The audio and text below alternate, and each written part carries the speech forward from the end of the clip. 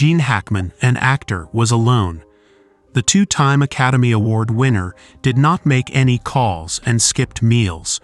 Medical experts believe the 95-year-old, who was in poor health and suffering from advanced Alzheimer's disease, may have been unaware that his wife of more than 30 years had died in the home where he lived.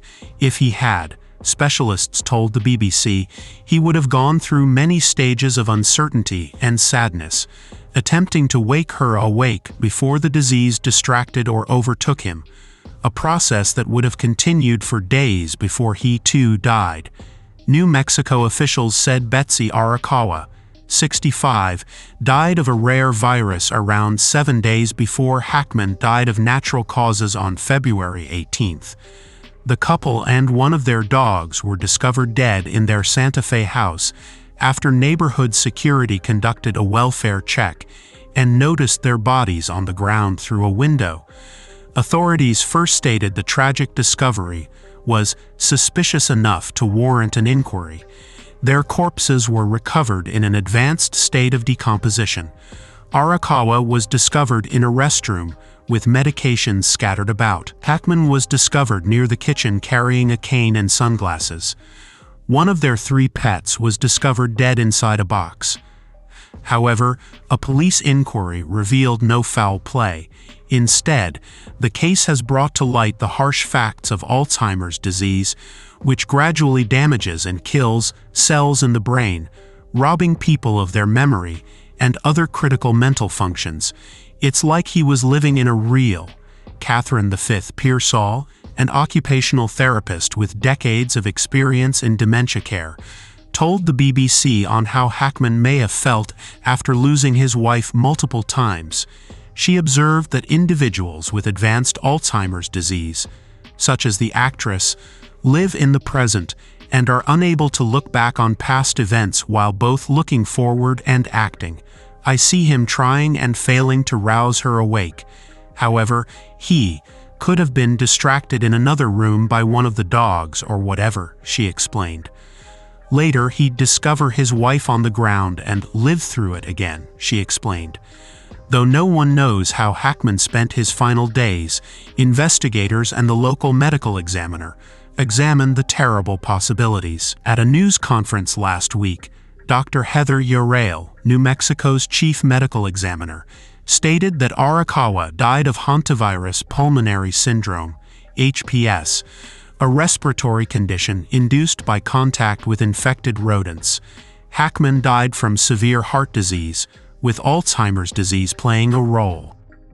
Given Hackman's advanced Alzheimer's illness, Dr. Urale believes it is quite possible that he was unaware that she, his wife, had died. His autopsy revealed that he had not eaten recently, yet he showed no signs of dehydration. Officials discovered no evidence that he had communicated with anyone after his wife died, and they were unable to assess whether he was capable of caring for himself. Ms. Pearsall stated that individuals with advanced Alzheimer's are unable to detect environmental cues such as light and darkness, making it difficult to determine when to eat, sleep, or bathe oneself. Those cues are oftentimes just no longer available to people at this stage of dementia, she informed me.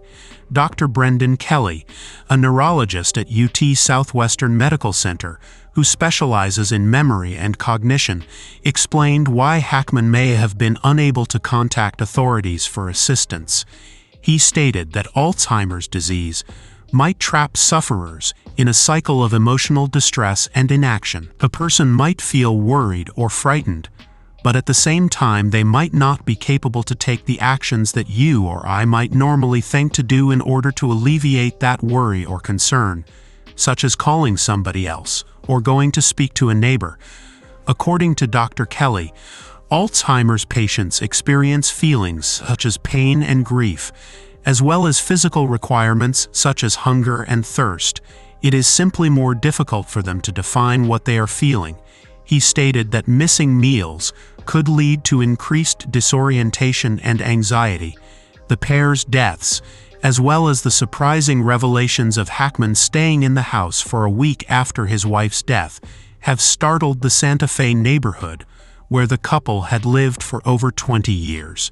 It's just absolutely devastating, says Jeffrey Gomez, a longtime resident of the area, who recalls seeing Hackman driving about town in his many cars, always smiling.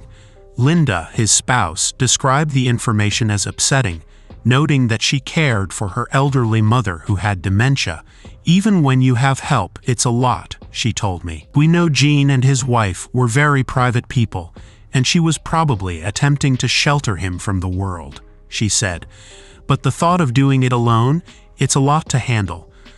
Laura N. Gitlin, a behavioral scientist who studies strategies to help caregivers, told the BBC that this is becoming a widespread issue among caretakers. "With the aging of a population, we also simultaneously have a shrinking of the number of people in the family, number of children or relatives who live nearby," according to her. Ms. Gitlin said that, in addition to fewer caregivers, there is less support for these persons when it comes to making significant decisions, such as placing a loved one in a home rather than caring for them on their own. Jeffrey Gomez said he couldn't understand why no one had checked in on the couple for so long. "It breaks my heart he was alone so long."